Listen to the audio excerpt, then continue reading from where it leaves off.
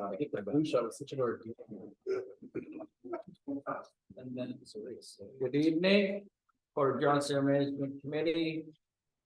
Call to order at 6:30 p.m. We have Rebecca Finch on the Zoom and Clint Cameron. Hello.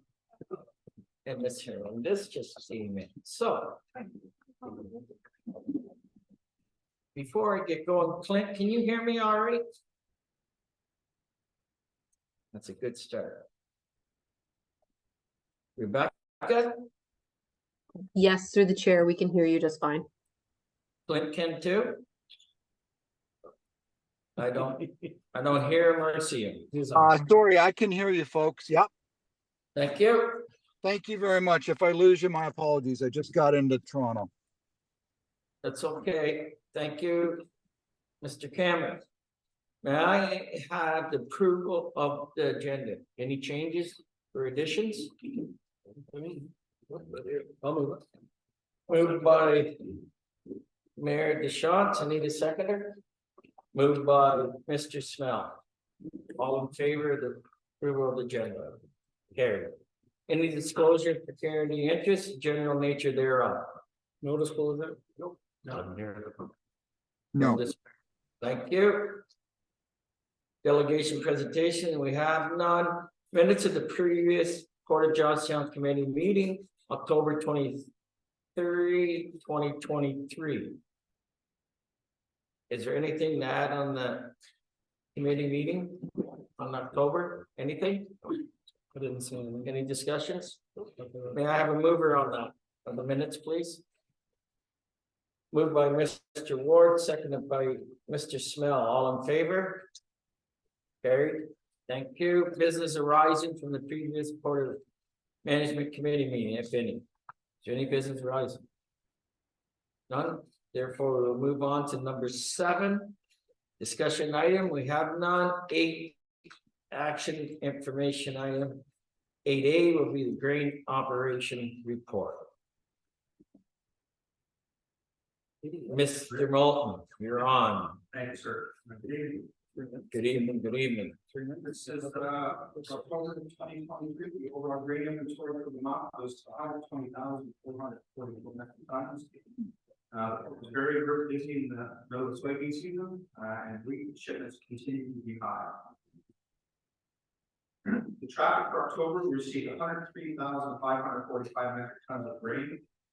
We shipped a total of 14,166 metric tons via truck.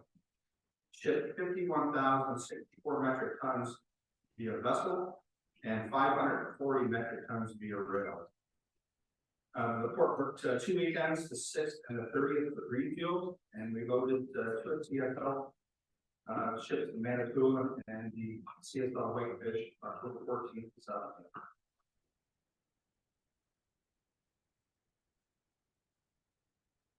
Recordable injuries. Still just the one recordable for the year. Labor report, labor hours for the month of October were 4,214 versus 3,893 previous year. Our total of year so far 29,958 versus 24,579.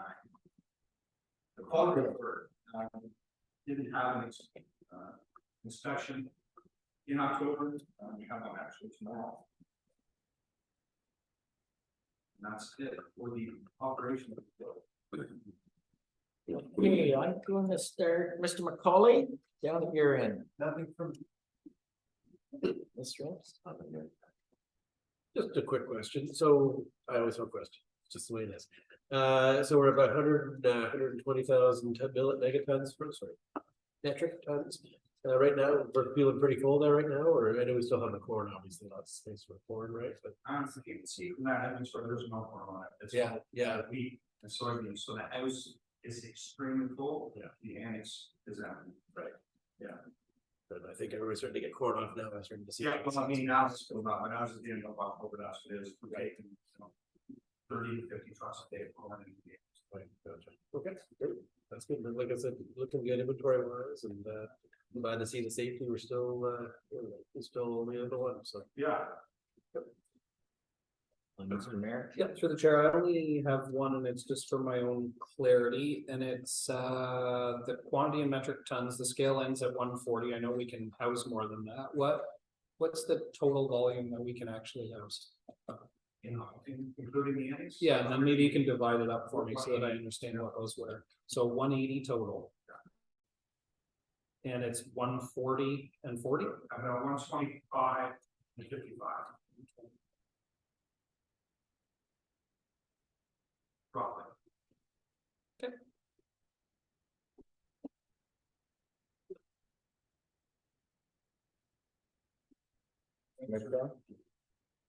It's just that. When you say 125 and 55, you mean 125 for In the house.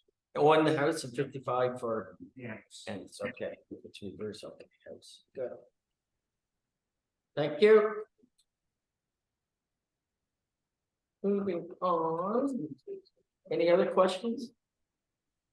Mr. Cameron, Hello, folks. Mr. Chair, I'd ask a question for Mr. Moulton with regards to the annex, if you will. So with the 2 metric tons that's in right now, give or take on corn, that means the annex is exclusively for corn, if I understand correctly. So it's pretty much empty right now and ready to go. Correct. Okay, thank you. So everything we've got here, we're seeing is in-house essentially. I mean, pretty much was at the end of the month, I mean, I think it was 6,000, 7,000 tons of the annex. Yeah, fair enough. Thank you. thank you, Mr. Cameron. You may have to speak up. At a turn or whatever, I'll forget you, I know it right now, so. Just give you a heads up on that. Don't get too excited. Moving on to. Thank you. Okay, moving on to 8B, any other questions on 8A before we go? No, none? 8B is the maintenance report, Give that as well. good, Working maintenance for the month, conducted monthly premise inspections as per the GMP requirements. Prepare bobcats and maintenance truck for winter use. Replace the paddle sweep, chain and Irish shafts in the annex bin 9. Replace bottom of number 15 spout for the clear floor to locker 7. And line the new spouting with your main liner. Replace one main bearing on trip 7.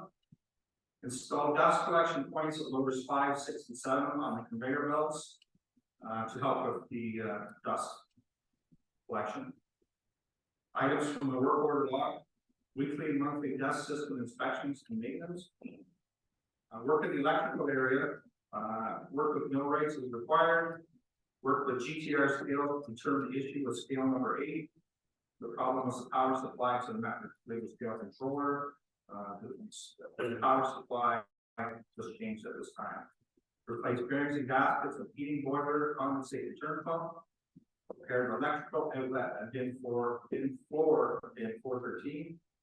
Replace motor on the wet drag conveyor to the dryer. Motor bearings have become noisy. Bearings will be changed and motor kept as a spare for this application. Grain handling equipment checks while vessel loading and items from what they're on. And that was a little tougher. Mr. Stitt. Any questions on the maintenance report, please? Yeah, Mike, just see bearings on the motor. Is that something you do in house or is that We did that. you do that? Yeah.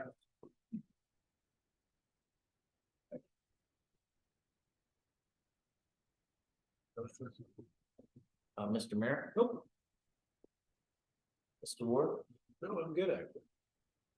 I'm good here, then. That's great.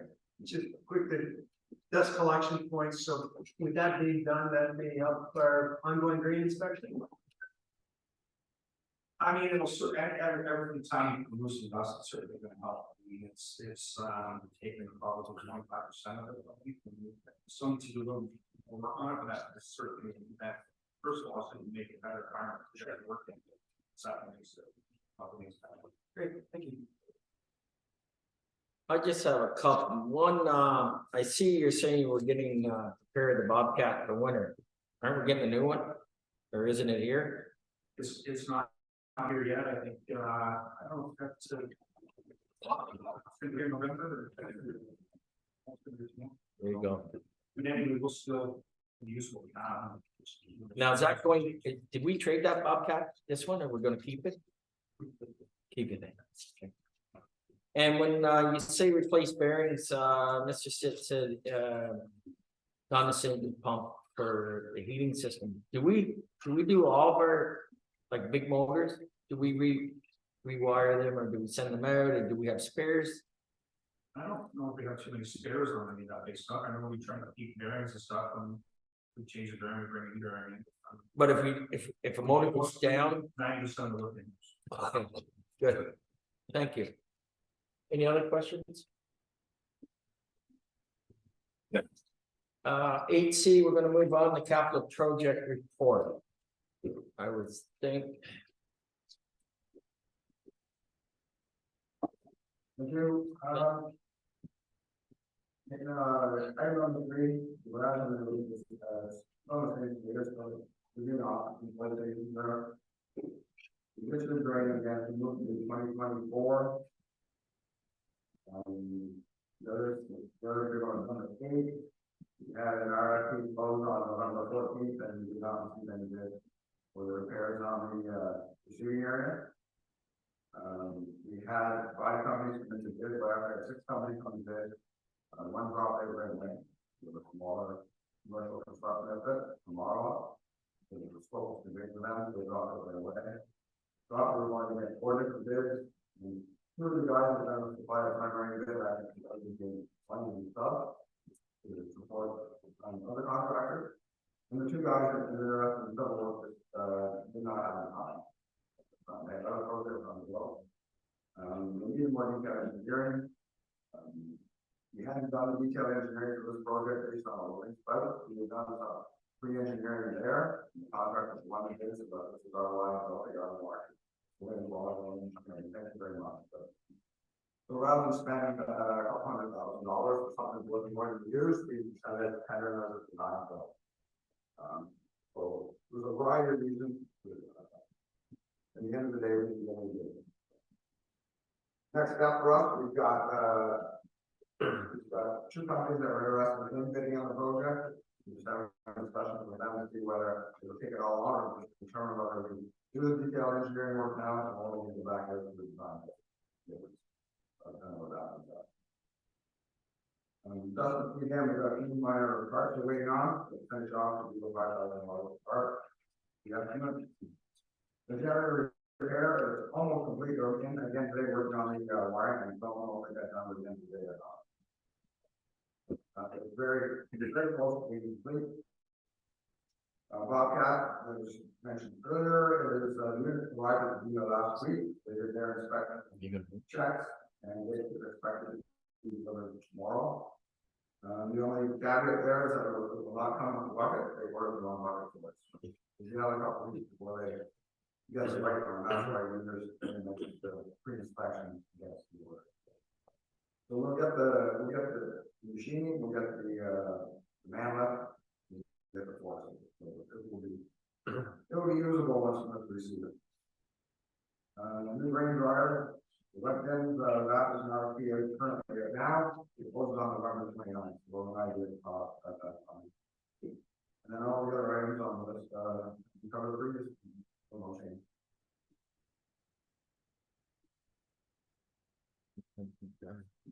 Okay, Mr. Cameron, any questions on the capital budget?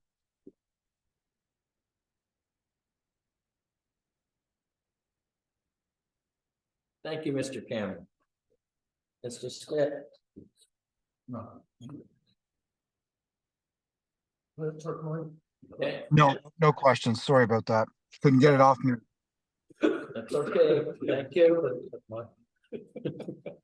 I just had one question, and it's down to number 18, which is the dryer, and it says the RFP is released and it's closing on November 29th. What exactly are we looking for in a dryer? Looking for a dryer? Yeah, Looking for a tower dryer that has a capacity of about 180 metric tons per hour. capacity. And then we, got the motion, but So how does that relate back to the old dryer? that's what we double the capacity. Double the capacity? Yeah, when we're going for probably 5 points, and the spec is, 4,000 bushels, which is about 100 metric tons, but we know from experience that we're probably getting 75 metric tons out of it. That moisture level. When we get up to 10-point drop, which is 25% moisture to 15, we're down to about 65 metric tons an hour. This at 180 is 5 points, and we go down to, or drop, jump to 10 points. We should be getting 135 to 140 metric tons an hour. We'll give it closer on. That's fair. Okay, and if we. Yeah, okay. All right, debate for another day, but that's what we went out for, looking for, and it's double the capacity of the one we have. Yeah, and put it in terms of trucks, if we have 5 trucks an hour, so 200 tons an hour, we're hoping to drive 180 tons per hour. So we will go, inventory as it goes, but we should, something like that. So that's the trying to pay for the down. Sure. Question. Well, yeah, fair enough. Through the chair, I think you answered, I think all of my questions regarding the traction. That was a bit of a, we didn't get it back, but thanks for following up with all the information you provided. Is it just 2 people we think, are we gonna put it up for tender again, potentially, or do we know all the details of how we're gonna do that, I guess is the question. We're waiting to see, back on the construction company coming to the state, have a look at it. They do design go, but they would, and they would want to do engineering. And the other company set up was actually company disciplinary engineering. That's what we design of it. They're interested in coming to do it. Okay, so it'll be one of these things, and as it develops, we'll see what happens and how we go about this thing. Okay, that's fair. And yeah, otherwise we're good.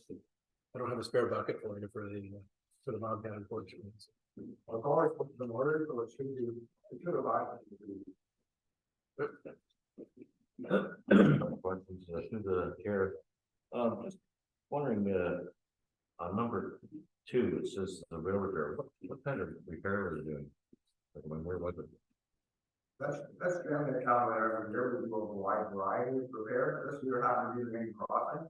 Then, some kind of equipment, take out a chunk of rail or, so that main crossing comes down into the building over the building, main building. One track is all pulled up, in place, and all of these, they go back out. Okay. I have one more question that just, I don't know if it means anything to anybody, but it does to me. I'm just wondering if, on number 3, the new garage for the roof, what's the size of the garage you have now? 20 by 24. So is it a flat roof? It's not, it's a standard truss roof. So for $150,000, people are bidding that? Replacing the one for 150 grand. No, I don't think. Honestly, I don't know how that's. Came about, I don't know if there's more really talk about it yet. Oh, But at the end, we decided that we just. Change the roof to, but the thing is, we would try to get some of the guys to be able to work on stuff. As we're gonna be inside. And our track in the building has this 13 feet tall and our garage is 12. It's just, well, that's just, put a 14-foot door in. To do that, you need to take a roof off it. And then put a gable roof in. But for the life of me, it's just try to find a contractor that would want to come in and do that. Sounds easy, but I mean, the folks are $70,000, $80,000. yeah. Okay, thanks. I just wondered, that's all. Yeah, it's. Appreciate it. All for me. All for us. Frank? Traction, given what's happened, how confident are you feeling with the 2.3 million estimate? 2.3 million estimate was put together by the engineering company that the preliminary layout. They've got quotes on the conveyors and everything. I think there's some, I don't know what else is involved or what we're missing, but one of the bidders that are the young that on money in the budget. We wouldn't come to that man, but they were basically referring back to liability. It's a fairly narrow area between the port and Master East. And there's, they were able to, having to do an excavation into the building. And that was really a price tag on that. It wouldn't give me a number, well, the reason why we built it, or But as far as equipment and getting installed, I think we're pretty close. But won't know until we get a tender. Okay, that's good. I just have one there going back to, Mike, number 3, new garage. Is it something that we should be looking at? Maybe like a cover all We have actually got some quotes on a couple and just leave yeah, well enough alone. yeah. And number 8, as we. It's the same old, you seem to be having issues, but you think you can. Overcome them, Kevin? Yeah, I mean, I need more information. More definitive answer. I think it's a doable program, it's reasonable, but. Basically, two of them, we need to work on, we've got a bunch of other projects we're working on right now, and bidding on. Mhm. Got it. Well, guys on that, not only that. But one company got it, another company that got it, we're interested in doing the civil portion of it. Any other questions, comments on their capital budget? No? Okay, we're gonna be moving on to 8D, our financial report. Mr. Dolly, are you doing that, or Rhonda, sorry? Go ahead. Revenue for the month was 2.26 million, which is slightly lower than budget by 43,000 and lower than October 2022 by 104,000. Expenses were 513,000 per month, which is an increase of 15,000 compared to last year, but was stayed under budget by 28,000. Our year-to-date revenue numbers remain strong, and we continue to stay above 2022 totals by 507,000 and well above budget by 850,000. Our overall revenues in harbor services was up 61,000, grain services are up 217,000, rail services are up 84,000, leases 54,000 up. Our expenses, our labor was up 267,000. Utilities up 75,000, operating and admin 739,000, which consists of basically municipal payments are up 176,000. Materials and supplies are up 52,000, outside services 26,000, and advertising is down 46,000. And administration and insurance combined is 36,000. A year-to-date surplus is had budgeted by 763,000. Again, the record low inventories for the year have impacted revenues by 714,000. Shortfall has been recovered from increased corn throughput, another successful wheat harvest, the ongoing soybean harvest, and started corn. The result is, of course, a good financial position to head into the last couple of months of 2023. Our management fees up to October 31st, we transferred 833,333 towards our annual payment of $1 million. Our receivables are at 1.142897. Our payables are at 458,801, and our cash on hand is at 7.768972. Just note our receivables about 1.1 as of Friday, they're 850,000 has been already paid by customers, so they're very prompt in paying their bills, which is good. Good. Mr. Cameron, anything on the financial report? No, sir, Mr. Chair, I have nothing. Thank you. Thank you. Mr. Stitt? No. Mr. Mayor? Oh, nothing but compliments. Everything looks like it's pretty good. I think my only question would be at the bottom of page 11. We're at 7.7 million cash on hand. Is that normal for this time of year? And why do we need 8 million cash on hand? I mean, it's still big every year, so to say it's normal, that they're not enough, it's been accumulating. And it's getting a very good interest. It's in Kisa, right? Kisa? No, it's just in our operating account, which is getting the prime money, so. Yes, 5.3, 6. We talked about this before, leave it until, we just figure out these two huge projects. And it is growing, we're getting very good interest. 5.5 is good. I would-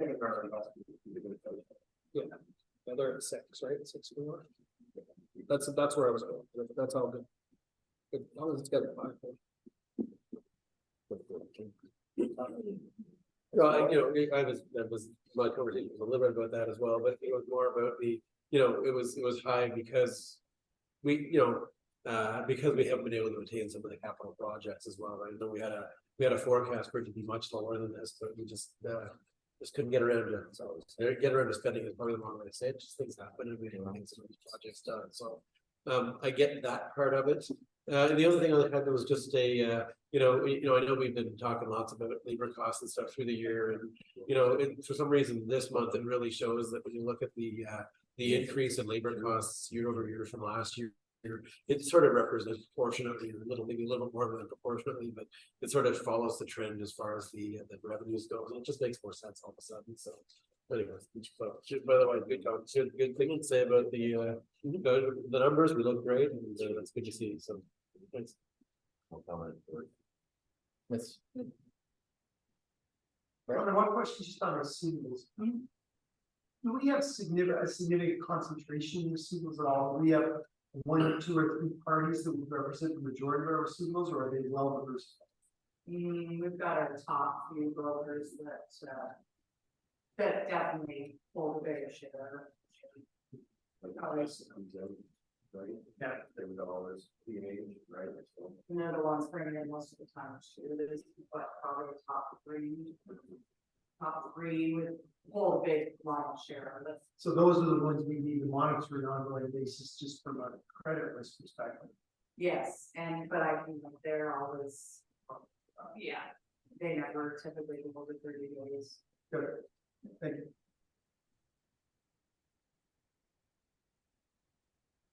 any other questions? Before we move on? Okay, we're gonna move on to 8E, vessel traffic report. thank you, Mr. Chair. For our grade, you'll notice that we've Ron was able to change some of this around and request the way we split things up between our different aggregates and so on. We tried to copy that at the bottom and let us know if this is what you meant by the last meeting. Today, we'll go through this with our grade. We're ours formed for 89,000. Our domestic well ahead of last year, as you can see. Salts were well ahead of last year as well. And, our aggregates up. Liquid bulk is even with last year, and not sure if we're going to get one line. I think we are. The great bulk is pretty flat with last year. So for total, we're looking pretty good this year, like compared to previous year. And for the year, we've got 38 vessels in so far over last year, 31. And there were 4 ships driving in October. And we got this salt and soybean done. They loaded it earlier. And we have 10 vessels. Number 4 for 5 for the soybeans and 6 for that's hard to have.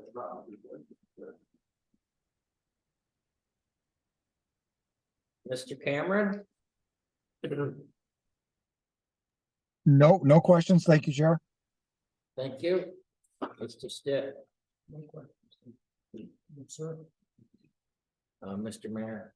No, it's good. Mr. Ward? Well, thanks for the updating the ships at birth report. I like that. That's what I was kind of looking. That's exactly what I was looking for, to be honest. So I appreciate the work. I hope it's not too much work, but no, I like it because I was really trying to figure out sort of the grain versus the salt versus the others, if you will. And this lays it out perfectly, so thanks a lot, Ron, for the work, I guess we did on that. And, no, otherwise, it's looking good, good to see a lot of the outward stuff happening as well, so.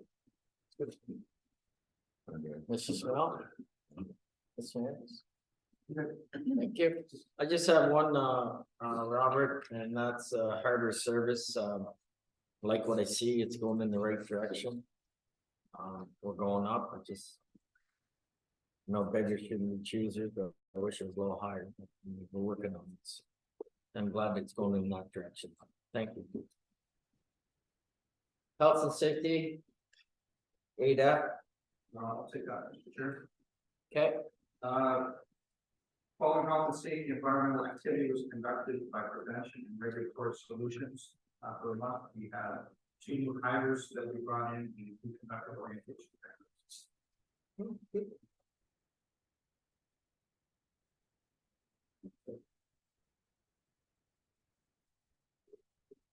Mr. Magoo can't be too happy with that.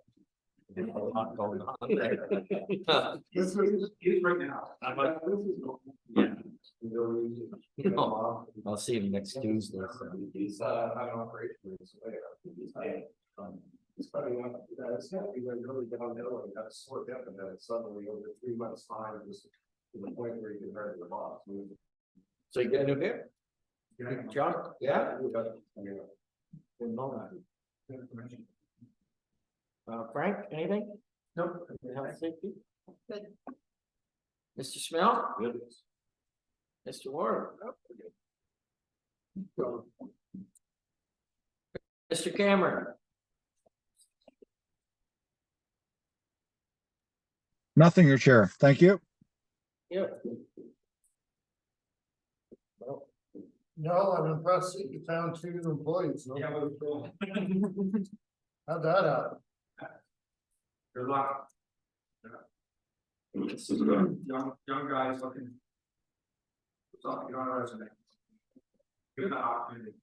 When you say young guy, age, what, roughly? 18. Oh, wow. This young. Whew, good for him. One run actually 17.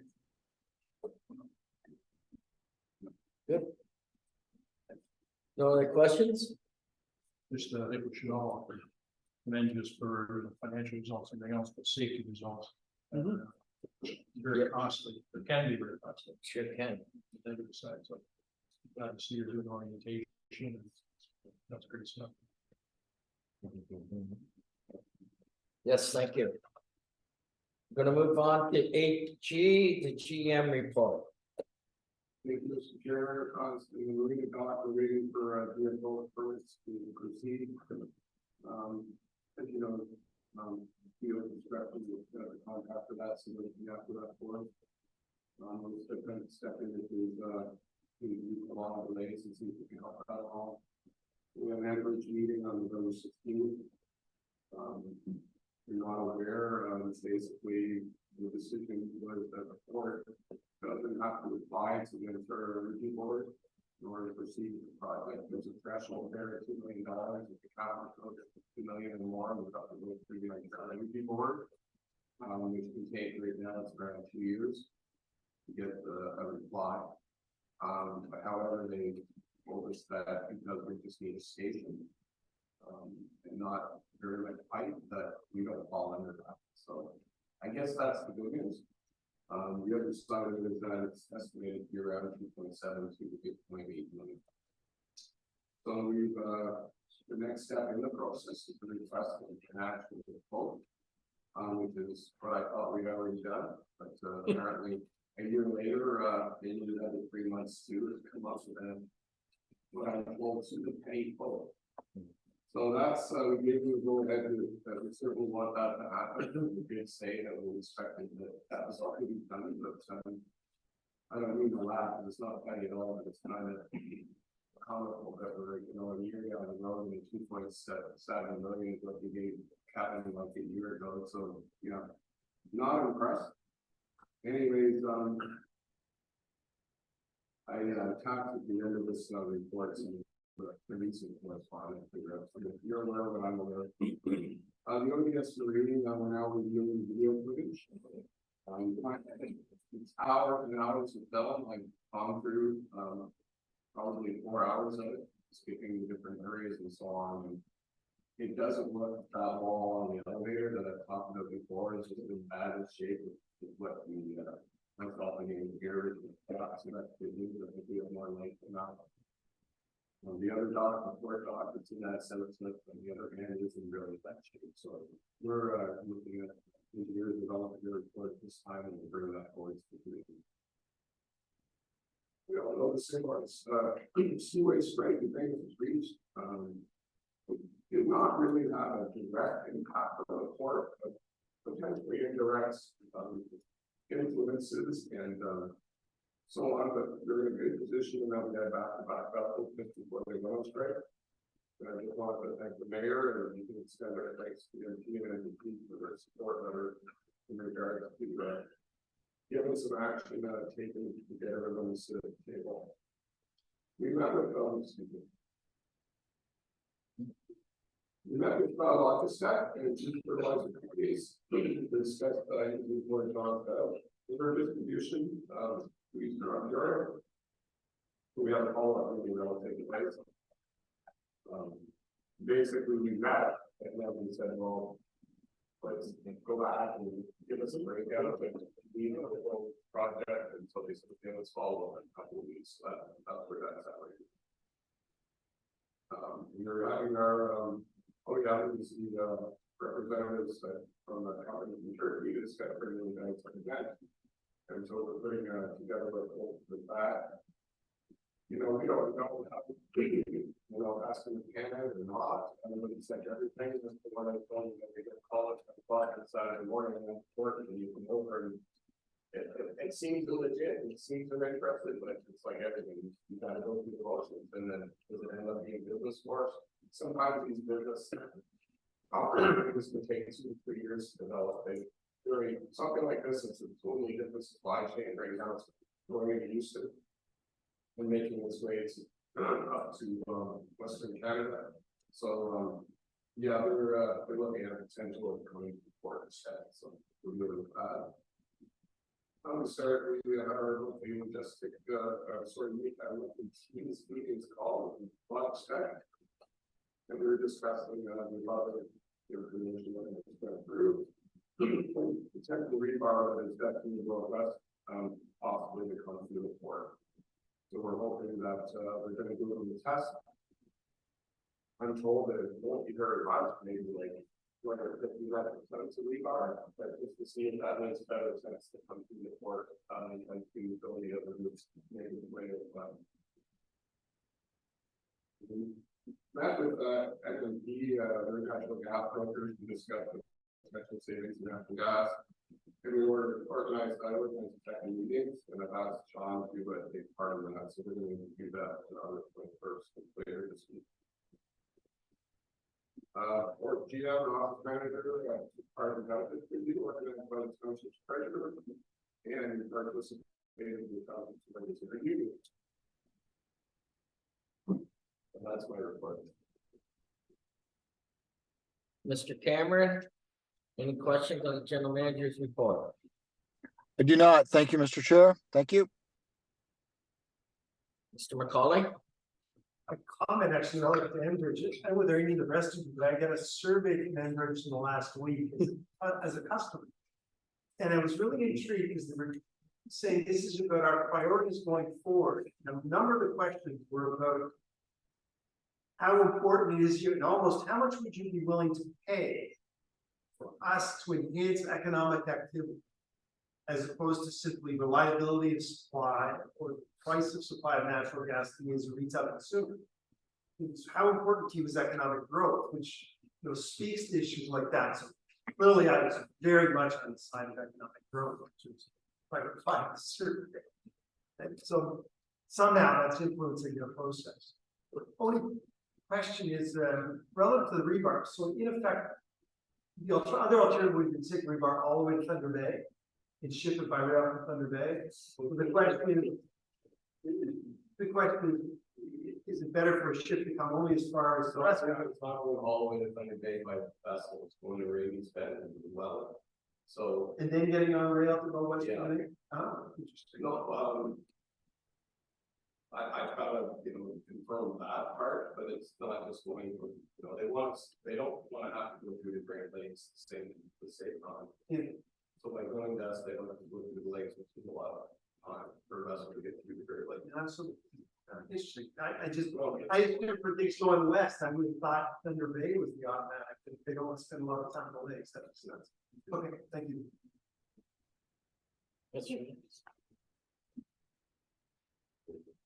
Mr. Smell? Good. Mr. Ward? Sure, so through the chair, with respect to, I guess both the rebar and the turkey, so those would both be using rail would be the goal, obviously. And getting them fast loaded, I guess, on there and see what happens, okay. Has there, and I don't recall talking about it last month, which is why I bring it up now, and if we did talk about it last month, I'll just refresh my memory later on, but has there been any discussion, or progress with regards to the salt conversation? The salt storage conversation? We're gonna talk a lot of stuff again, and we're gonna organize a meeting coming up, there hasn't really been a lot of that. Yeah, I mean, it's not a pressing issue, but it's, yes, there's other things that are more pressing, but it's definitely on the short list. There's, at the end of the day, we're kind of perplexed on where to go with it, to be quite honest. it's a difficult topic, right? When you, and that's part of why I asked for the we separated out. So when you look at the ship traffic, it's so much of salt traffic, if you will, so much loading of the salt vehicles, vessel, pardon me, versus the revenue anyway in that conversation. That's the conversation. So that's fair. And then I guess the other thing is maybe more, so it's not really meant to be sarcastic, but it could come across that way, that, that money we have for the Enbridge estimate, if you will, does that include like do they by default throw 2 years of inflation on there as well when they're pricing it, or do they, Well, it's a statement of work is what it is, right? It's not a full. Assume that the exact cost of the point yet, will account for that. I had no idea what it is. It's been very well. All they said was that it's probably a little high. That's not okay. Okay, that's all I have. Thanks. Mr. Mayor? In this year's budget, there was money to the tune, I think it was $1 million for rail line expansion. For projects like the rebar, would that make it more, efficiently effective? Is that the kind of project we're looking at, the reason for it? That's grow or the other steel project. To see some sort of business that's going to be turned to it. I think we would develop like a separate spur line. Right. Instead of using the same spur line that has to be, So it becomes a bit of a headache. yeah, so if they came in and they tried the test and it's not successful and we lose the business, but we had the other spur line, like, are we losing, is there potential for losing business? I think the amount that they're doing, there's no issue using the spur line we have. It's fine, it's very small amount. For example, the steel project would be 2,000 tons and this is 200 tons. Right. So Yeah, so it's a totally different, now could it get to the point of business grow and get to where it's up? I'm certainly hoping so. I don't know what the magic number at the end of it, but it would certainly, if we got good news on that and there was some returning business, we would definitely, move forward with the rail. I mean, depending on all the projects we have, and I like to put it in the budgets to make sure it's covered. And then see if the business is going to happen, because there's always other projects that end up taking a priority, depending on what's happening today. For example, over the new land that we're developing behind the old warehouse there, if something came along there and needed a building, we need to wait on it, well, that would, we wanted we're spending more money there to develop that quicker than maybe the rails happen. Because there's only so much money available for development, right? Well, it really depends on what we see coming up, the deal of the business needs are. Some of it is when the business actually happens, you want to invest with them and partner up with them, and some of it is staying ahead of the curve and making sure you're getting ready for the business. And I think we've done the right thing. We purchased the land, and 30 acres of land. We've developed 22 of it through the first phase of it. Now we look at doing drainage plan, doing our survey of it. And then this year we'll be looking at getting rid of all the wood and everything that's on the top of it, scraping it off, and at least getting a section of that ready. But if someone said, well, I've got this business, I want to do all this, well, we would also put the stone in and then we'd get the building in, and it was just, we end up spending more money on that project to be able to get the business happening. Without the business actually happening and a contract in front of us, we don't want to just come do anything. We want to keep developing the land so that when people come and, you know, surveying the property, they can look at it and say, okay, same thing that happens to window, I'll take it, we're ready to go here. I think, yeah, my question was more, does the rail line enhance that? And if it does, why are we waiting until 2024 to do it? That's sort of where my question was going. There's a lot of things that can enhance the port, and I'm trying to say, you gotta pick and choose what you wanna do. Yeah. We feel, and if me feels that that's, when we look at the dollars in next year, it's better to get that in, then that's the route to go, but, you know, why didn't we do it this year? I mean, we might have got into the budget, we had that year in 2022, our whole Holland Dock was full of steel. They were struggling with that line to use it. We had that steel, was still at the port in the first quarter of 2023, and we're still seeing struggle using that rail, so we put it in the budget and we can get the business back. We could have went ahead, but at that point we decided that there was these other huge projects, and so that we would just wait on it to see if Canaris was going to come to the table and sign a contract to do some more business. That's basically what happened. It's not to say we enhance our business, not to say that in 2024 we can put it in, but if we would have done it this year, we wouldn't be using it. So, Right, sure. Yeah, I got Joe and Frail, and they're right there, and they do this things fairly correctly, but they build sections of them and bring them in, so I think it's something we could turn fairly quickly. Yeah, I just hate to see us lose out on the potential of something while we were doing something else. If, you know, there was a way to, I mean, if we have $1 million in the budget to do it, I wouldn't want to lose out on it. So the other question goes back to, and I know we've already talked about Green Drive, but in here, so it's 2.8 for expansion of the line, or to make the necessary upgrades, not expansion of the line, to make the necessary upgrades to the station so that it could supply the volume that's needed. Are we like, are we certain that we're like, because it kind of, there's a bunch of moving parts there, right? Like we still have to decide and approve what we want for a dryer. I mean, I know the RFP is out for one that's double the capacity, so we'd have to decide whether we wanted one that's double the capacity. We have to decide if we wanted to keep the second one running as well, because all of that would end up impacting that ultimate 2.8 number, correct? When you say 2.8, it's talking about the cost of drivers to put the line in? Yeah. Yes, in fact, the total cost of our driving project. Yeah. It was saying 6 million plus now 2.8 with 8.8 million. And we have 2 million that come in. So yes, it impacts the total project. Right. Yeah. No, my question is going that there's a lot of variability around that depending upon what's decided, right? I mean, at the end of the day,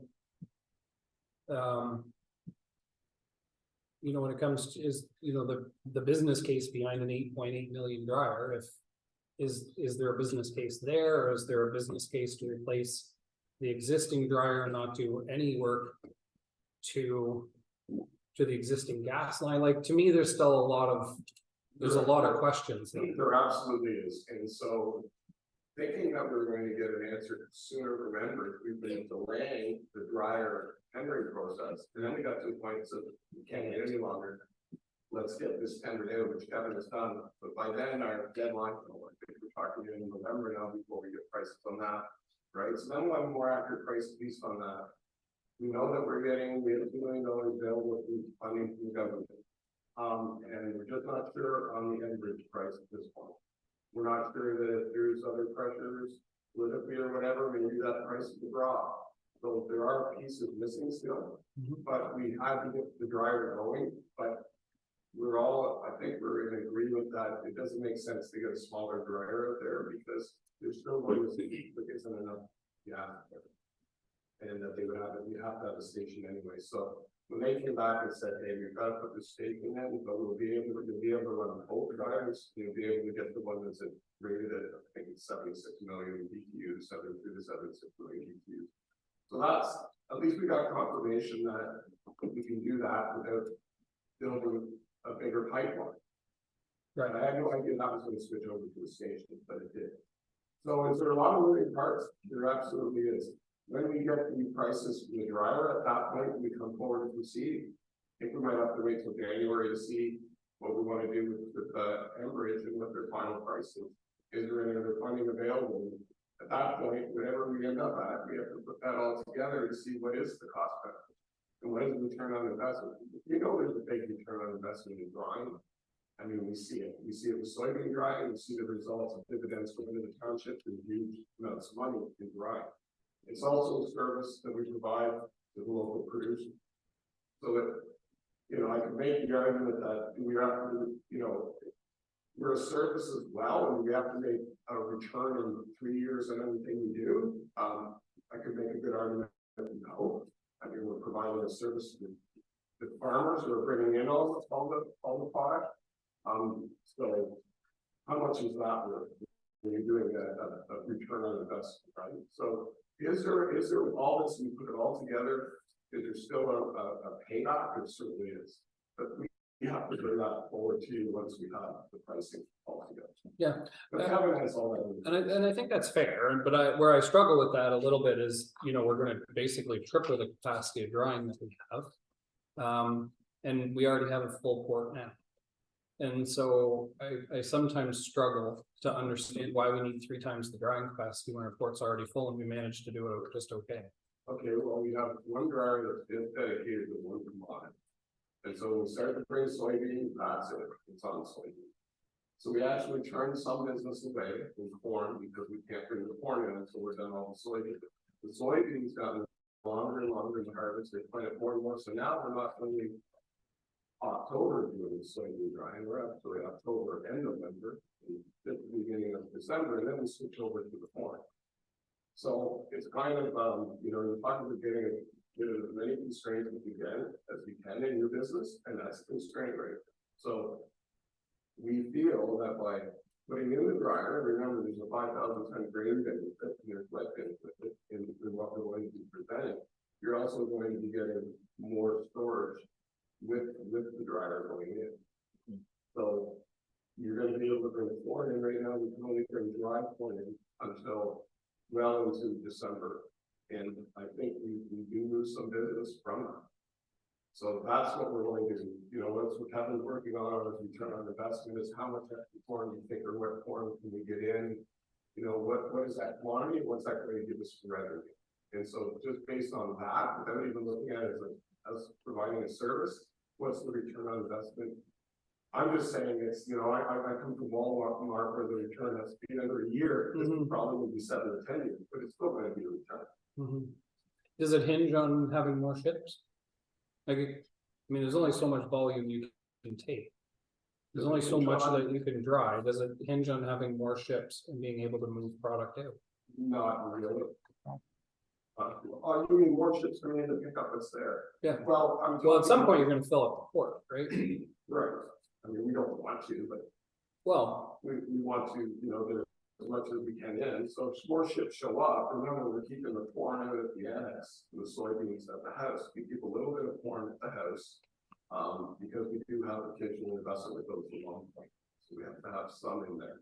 But for the most part, our house is wheat and soybean, the litter corn, and out of the annex, it's all corn. And sometimes we use a penny for wheat, the odd time, but we have a really high. But other than that, it's all corn. And so that's what we're talking about. We're talking about a couple of things here. We developed the annex to give it more capacity, but also have redundancy in our grain system. We're probably catastrophic happens at the elevator, you still have the annex that we can bring product into. Now we'll have an annex that we can also bring product into and also dry, which we don't have. The dryer goes down to the house, we have another dryer down for redundancy, so it's redundancy. It's allowing us to get rid of a constraint, it's allowing us to bring in more corn than we normally would at a different time of year, so that should help the farmer as well. So it's a combination of those. All right, I'm gonna throw one more curveball. I apologize. I apologize. So with the clean agricultural technology grant that we received. I've read it a bunch of times, I've gone back over that day. Is the idea or is the requirement of it not to reduce our greenhouse gas emissions? That's that's part of what their mandate is with the act, but it was also in there to try and bring in more drivers. For because in the rural areas, they don't have the access to natural gas, they have to go with other methods, and so the port, we're assuming we'll have access to more natural gas, so in that way, and plus the fact that we're the type of dryer we're buying, reducing those emissions by 20 to 30%. That was enough for us to get the funding. So for us to increase our emissions, the thought is we're taking away emissions from other drying sources. Yes. That's sort of where the because Yes. in my mind, I'm looking at it and going, okay, I only see we're 3 timesing our capacity. That means our emissions are going up, right? Even if we're 20% or 30% or even up to 60% more efficient, if we're not taking something off the grid and we're adding to it, we're increasing, right? So somebody has to be taking something off the grid somewhere. And the idea is that farmers won't be using propane to dry their grain, they'll be bringing it to us to dry their grain. I think that's part of the theory behind it. Okay. Part of the thinking behind it. That's it for you feverishly writing while I was back. You made me make some notes. Now I have questions. Sorry, I didn't mean to long go back. Yeah, if you don't want to finish up here, I'll get back to the after. No, go ahead. So then on the gas conversation, so and I guess I started off writing down about does anyone else benefit from the new potential station that we're now looking at? And if that's true, is it, and I want to say like hydro, that I have a little bit of knowledge, I think at least, but I think there's knowledge about the hydro situation where, if they extend the lines for you to get to your house, for instance, then everybody starts to bear that cost as more people come online. Is that something like, we'd never get that money back? It wouldn't be like. Yeah, I can answer you, that's not, Enbridge is not doing that for commercial. Right. You did bring it up, Dave and I at the meeting we were at, and asked, why are you looking at that? How fair is it for us to, and this is at the time where I thought the pipeline was going to be bigger, and so that was what I was saying. Why do we put the money, there's other people going on with them, let's say get some of that money up back, so we can. That's exactly what I was going, right? So it's just, so because there is a lot of other businesses that are looking for more or gas. Kind of like this way, see, this kind of when you do it first, it's kind of, this is really. Since Ontario is disadvantaged, we've got a threshold of $2 million. Now a company comes in and they've got to wait 2 years at least to put an application and get the gas. Right, and I guess exactly. So and it kind of opens the door for maybe a conversation about where you said, where does the funding come from? Maybe that conversation can be had once we have a price at hand to say, let's, here's the cost, we don't want to bear it all ourselves. Anybody want to help with this and have that discussion? Maybe that's, we have to do it ourselves instead of going through assuming that they'll help. Yeah, exactly. So, there's other avenues to try and get money and grants for that. I think we can. Sure. Okay, and then just a small point about the rail conversation. I'm assuming that when you're talking to these various rail customer prospects, that would use rail, part of that conversation would be, hey, we can tell you, we'll try your 250 metric tons of product here. If we have contracts and if that business grows, we have plans already to grow our capacity on the rail situation as well. So I'm assuming that conversation comes up. Yeah, those logistics sectors well aware of that, and they're the ones that are dealing with these companies and doing the original quotes and so on. We're trying to do that and team together on those things, but they're the ones with the original contact, and they're well aware of what we have at the port and where we can expand, and they're well aware of the new building that we purchased with the lands there, and we have available to them there and our uplands, and they've been using it for a while. They understand that the rail wasn't ideal for that steel project. I mean, we made it work. So, yeah, so they are. Perfect, that's perfect. I just want to make sure it was, but I just thought I'd just better make that clear. As well. So, okay, good. I'm done. Before I move on, I'd just like to make people aware that our CEO has come in at 20 after 7, I believe. Welcome, Mr. CEO. I didn't even hear him. He's he walks very quiet. Mr. Mr. Stitt. Mr. Cameron, Hello. any questions? No, but I just wanted to throw out, Kevin, I thought you did a very good job explaining the upside benefits of having the additional dryer capacity. And for the benefit of everybody in the room, having the ability to dry beans and corn at the same time is a very big attraction to grow the business in Johnstown.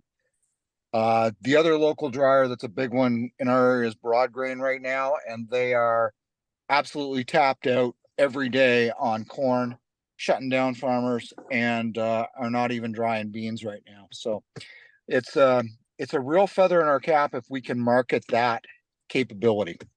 And I thought, like I said, Kevin, I thought you did a good job explaining that. Thank you. Thank you. I just have a couple, you people met with Enbridge November 16th, we met with him November 17th, same guy. And I told him, you know, it's been over 3 months, actually. It's the same email that we had from Kevin in September 2022. Except to change the date that the guarantee is we would get natural gas in 2024 for a price of 2.8 million. Which I said, it's, you know, you have to help us out somehow on that. So, and at that meeting, was at that last Friday, Mr. Clark took a big swing at him at the Enbridge too. So you do have some support there. I mean, I said my little tantrum, and I guess he did look at it. But when Mr. Clark spoke, more people. I mean, there's a difference between me speaking to Mr. Clark, and when he spoke to Enbridge, it did take notice on people. So I think we got a little bit of support there. And I'd be shocked if they ever come back at 2.8 million. Shocked. So that's one thing. I have another one there, but we met with MNP Natural Gas Brokers to discuss potential savings. We can't even get a gas bill. How do we know what we're saving or what we're costing? I mean, seriously. Yeah, we got one today, actually. So look, after our meeting, and that was, we made a little complaint there at the November 16th meeting. Wait, accomplish that. Because the new one that made. Was it punitive now? So I just don't get it. Like I see our, you know, our checks going out and there's natural gas, nothing, no bill. Like when's it gonna be fixed? It's, we gotta go today. So now we're just reviewing the bill because for at least a month, we didn't have a meter. We're trying to figure out how they estimated that billing. So they didn't have a meter. Normally, if there's a meeting, you get the next reading, you compare it to the previous meeting, whatever one you had, whether it's 2 months or 3 months, and you get to zero it out to see where you're at. Well, I don't know if it's zero out because they didn't have a meter. So we're now putting together information from previous months in our gas usage, but that changes so much from year. You know, that the grain elevator uses a dryer and so on. So, but anyway, we're gonna look at that and see how far off they are. And have a little discussion with them before we actually pay the bill. You may not see the bill again. I hope it's a little bit more than a little discussion, because when was the last time we got a bill? When? May, I believe. May? Yeah. Yeah. Getting in the busiest season, but I mean, the coldest season, holy jump. And we're using it for.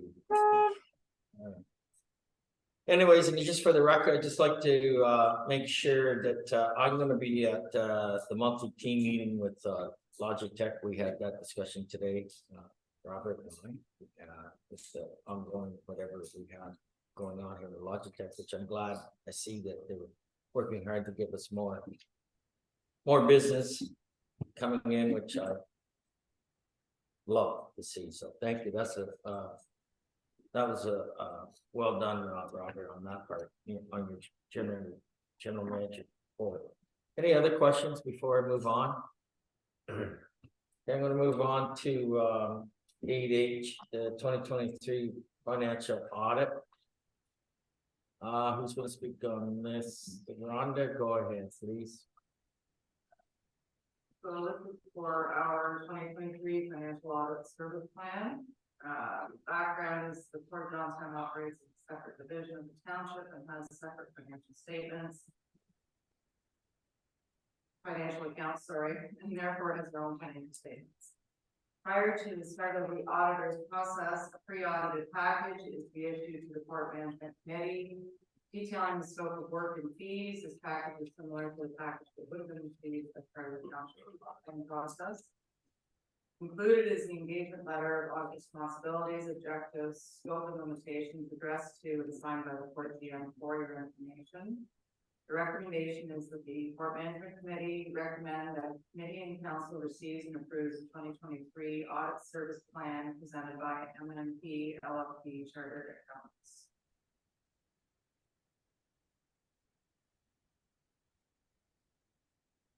Any questions or discussion on this one? Frank? The only question is the proposed fee of 30,000, it's like compared to what we paid last year. And then last year, they would have given us an estimate, how did what we finally paid compared to the original estimate? What we finally paid for 2022 was what they quoted for 26 about, I believe. I think it's all what we quote. Yes. All right, so they don't change to give us an add-on, all right, that's good. It's, yeah, there's no lots of variation. Yeah. Robert has questioned the fees this year. Yeah, so so it went at the base in 21 at 13,000 to a base in 22 of 19,000. Plus an additional 7,500 for the new labor standards, IFRS and so on. We switched in 2022, and so now they had the 19 plus the 7 of 26, and then this year they're putting it to 30 for our base. We kind of thought that the extra 7 was just a one-shot deal, sort of to deal with this new plan. So just taking that out and just looking at the base increases, I mean, are huge, and basically we're from 13,000 in 21 to 30,000. It seems a lot. So I sent an email to them, kind of not challenging them. I mean, this is a breakout. We don't get hourly, and I get that. And I CC the treasurer on that. We've got a conversation on that. I think we are going to go to market, I believe, next year.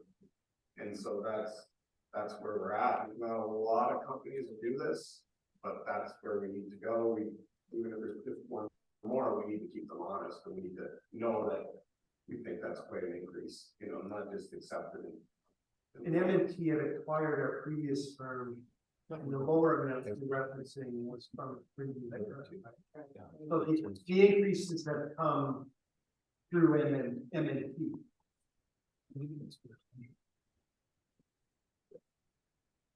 Thanks.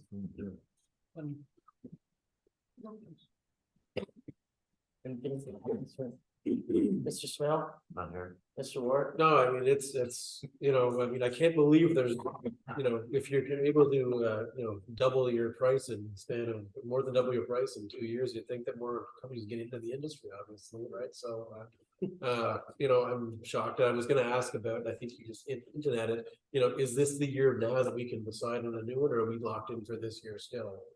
I mean, knowing that I try to change horses at the end at this race now and still get it done for the end of March would be tricky, but I start to wonder if maybe it's still worth looking into this year, unless we're tied to it, so. I don't don't know, is it a treasurer question or you, but I'm not sure we are now. You're not- Oh, well, It's just weekend work for you, Mr. Treasurer. I'm just kidding. You know, I think the challenge would be. more with Issues are on the fire. accounting, yeah. because the accounting firms have a roster Yeah. of clients, they've already established. Who's working on what file through until the end of March, so I think realistically, we'll probably be next year. As opposed to changing horses. Yeah, fair enough. And that's, like I said, I'm just, when you look at a price like this and the price increase like this, it's almost like they're trying to tell us they don't want our business anymore, essentially. And so, we can take a message, we can take a hint, I suppose. So, but anyways, we'll see what happens for next year. Wait, and tender out to see what the other prices are like, because. Don't correct me if I'm wrong, but there's not that many, KPMG, I think's the other one, and Yuri, I think I mentioned that other townships are saying their prices have gone way up. So, I don't know if this is sort of a standard across the board that's gone up, but we won't know until we measure it. I mean, yeah, it just seems odd. And I guess there's no price control government or agency out there that monitors this kind of stuff, obviously. And so. No. Through the chair, with auditing specifically, if you look at the new regulations that they're doing for this year, like there's quite a bit under the port, which is what they're gonna come back and say justifies the rate increase. So we don't we have the same on ours. We'll see the township one on Monday. But our fees didn't go up the same as the ports. Given that, Ports was too high. given that we don't actually borrow in our own name, but rather in the township as a division, is a review engagement statement a possibility for the port? It's not. No, and that's another reason through the chair Frank, Mr. Colley, with the change from what I can gather from the history, the change from going to like a review or notice to reader statement, when they switched from public sector accounting board statement to IFRS, it's completely different. So the board is being handled as if there were any business reporting under IFRS, whereas we're reporting as a public sector accounting board requirements. So the two statements are completely different, but we have the common ownership. So it's their statements affects our statements, and so I don't think we can go the notice to reader route to kind of save some money that way. And it was likely because the port business hit a certain threshold that said, you've got to switch to IFRS. This is frustrating because I know we on other avenues from the council perspective, we try to, how do we get rid of some of the red tape? And it sounds like, at least part of this anyways was some extra red tape that was added to it, so it's come at a cost of, well, part of that doubling of our costs in 2 years. So. Yeah, the chair of council, the auditors are audited as well, and that's what sets the standard. So it's not even coming necessarily from MMP, it's coming from the governing body above them that they report up to, that it kind of sets a lot of these changes. So we should get a consultant on that one too, then. So the ones that it comes like pyramid scheme. You don't need to say it. Sometimes it just never mind. Through the chair, it's my recollection though that we may not decide to go out for tender. For the township, we did talk about it, but because of the changes on the township side with us at retirement obligations, probably not the best time to tender that, because we on the township side, we only saw our audit fees going up to $1,500, and that's the new ARO guidelines. So, but next year, I can safely say that, doing the, United Counties and the Health Unit Board, they use, KPMG. And, like MNP, or maybe even they're different in the way that they approach the presentation. But KPMG is fantastically, professional and very, very thorough as well. So like, it's kind of neat to be able to sit and watch and be part of 4 different audits and see how they're all done different. It's good. So I wouldn't hesitate for KPMG. No. Mr. Cameron, Just a quick question, and maybe I missed it, Mr. Chair. How long or how many years have we been working with MNP doing our audits of the port? Many years? Forever? for me. Well, The company that was, we used the predecessor Yeah. firm that was acquired by MNP. and it's always paying, and we've been using that as long as. MNP's only been maybe 3 years, I think. Yeah, you can say 3 or 4 at the most, and then prior to that, it's the same company that it was. Lots of work. And I've been here for 20 years and we've been using them, at least that long, so. Yeah. So there's some deep roots going back, Ms. Code, 20 years, give or take? That's right, Mr. Camp. Okay, all right, thank you. You're welcome. In reality, though, just to answer your Queen's question, and the background is Ross Martin was a good friend of mine from Queens. Very few of the people at NNP in Cornwall, which is the office we deal with. Yeah. Are from the previous firm. There's been a lot of defection, so the relationships that the Clint's thinking might be there, you would normally think are there, they probably aren't.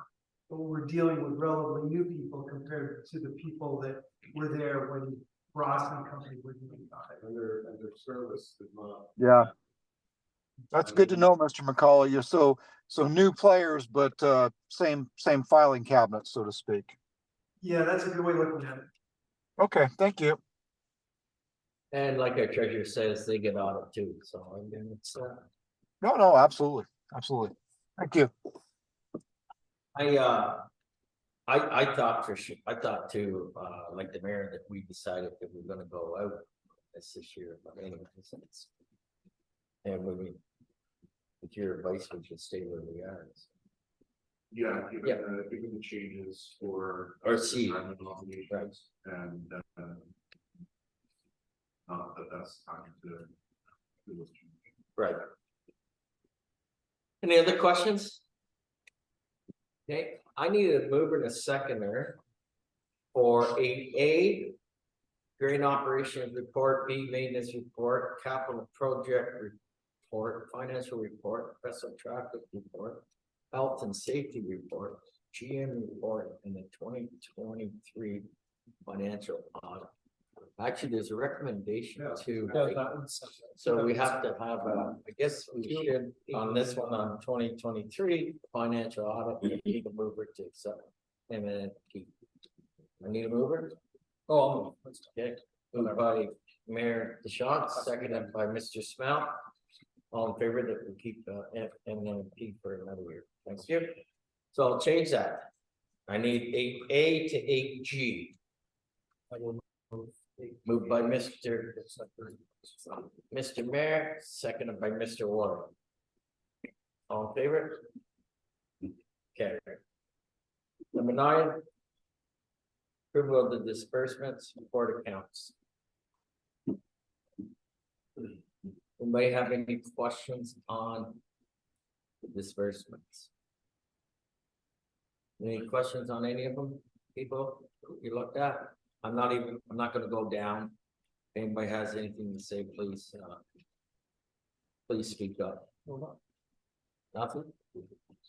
Okay, I'm moving on. Number 10, council inquiries. Just a second. I think you might need a motion. You need a Through motion? the chair, yes, you need a motion to approve the disbursements. Oh, sorry, thank you. Ms. Clerk. I need a motion, please. Moved by Mayor DeShant, seconded by Councilor Martel. All in favor? Disbursement, thank you. Thank you.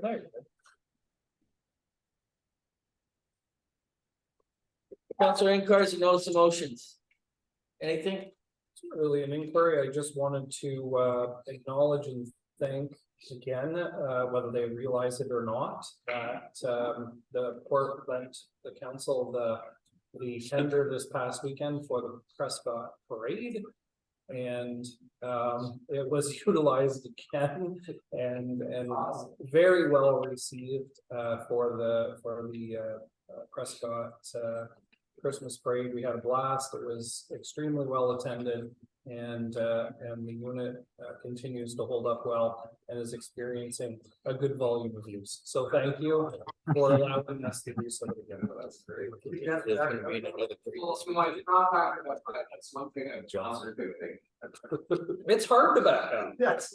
I gave it about 15 minutes to try to get it back in. I didn't do any damage. To get it back into the shed, and we finally gave up, pushed it in. Not we. Not 30 seconds. You made me give up. I'd still be there. I would still be there trying. Right, So- your father-in-law, nice. Robert, get it on the property again, there's a farmer on there. Yeah, He's also already.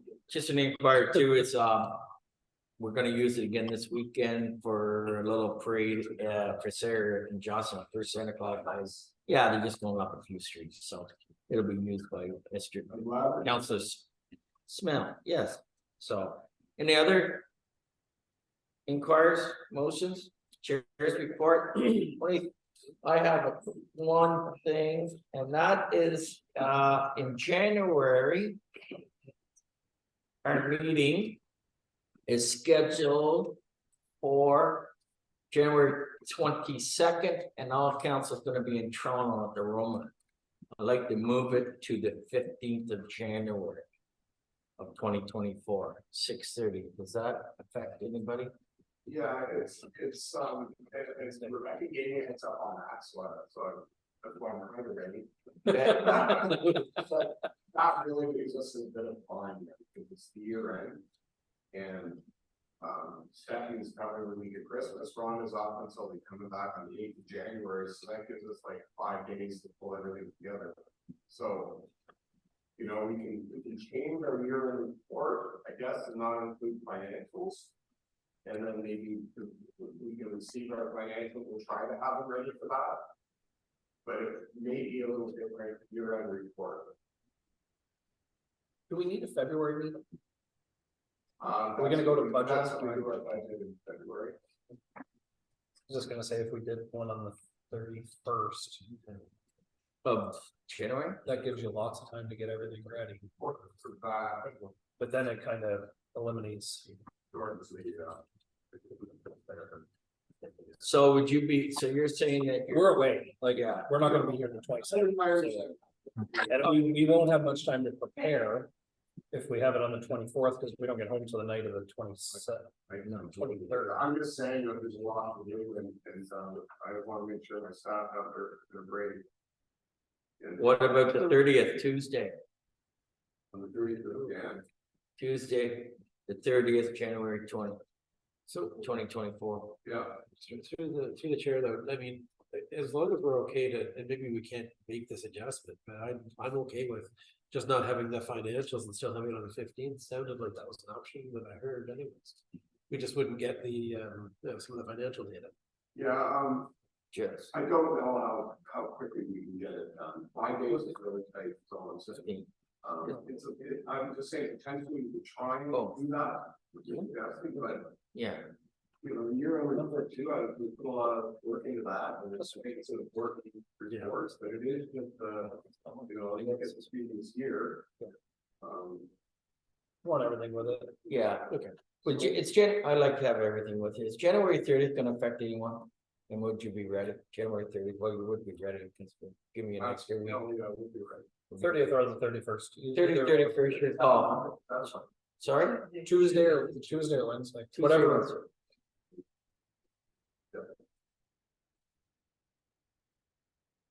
That works.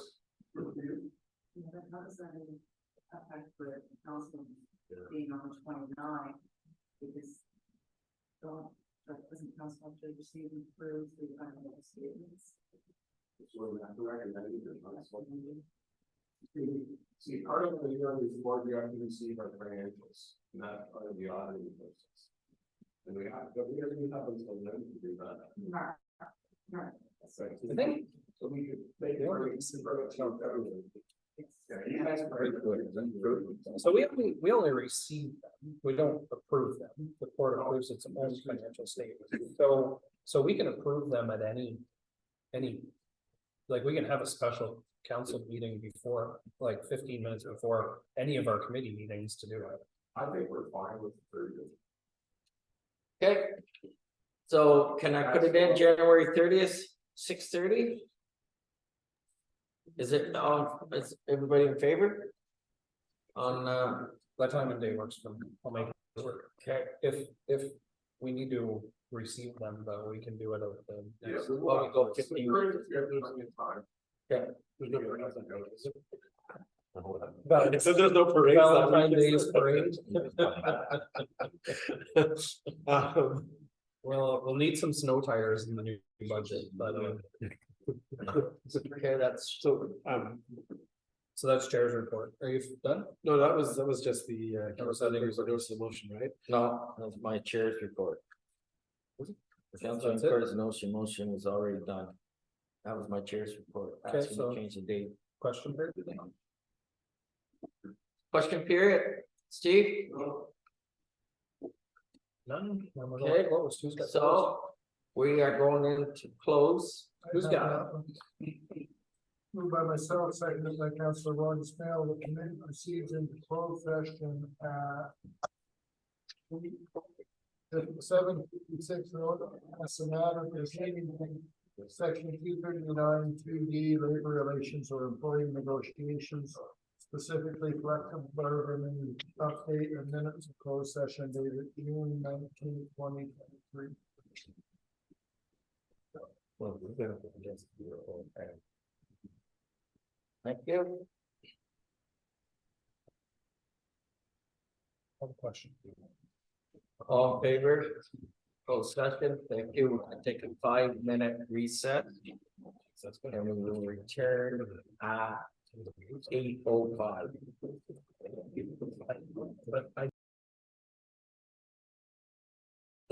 By myself, seconded by Councilor Ron Smale, at the closed meeting of committee, and the open meeting does now resume at 9:13 p.m. Thank you. All in favor? Carried. We're coming into, under section 239, 2D.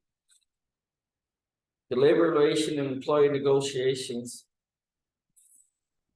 And collective bargaining, and gave the GM direction. And council reviewed the minutes dated June 19th. Okay, and so coming out of that, we have a motion which is moved by myself and seconded by Councillor Chris Ward. That committee receives and approves the minutes of closed sessions dated June 9th, closed session dated June 19th, 2023. Thank you. All in favor? Carried. And now, Somebody should. number 15, who has the adjournment? Anyone? Mr. Smell, go ahead. Thank you, Your Worship. Moved by myself, seconded by Chris Ward. Committee now does adjourn at 9:14 p.m. Good. None debatable. Thank you.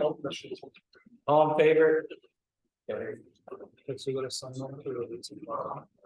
Woo. You need one? That was.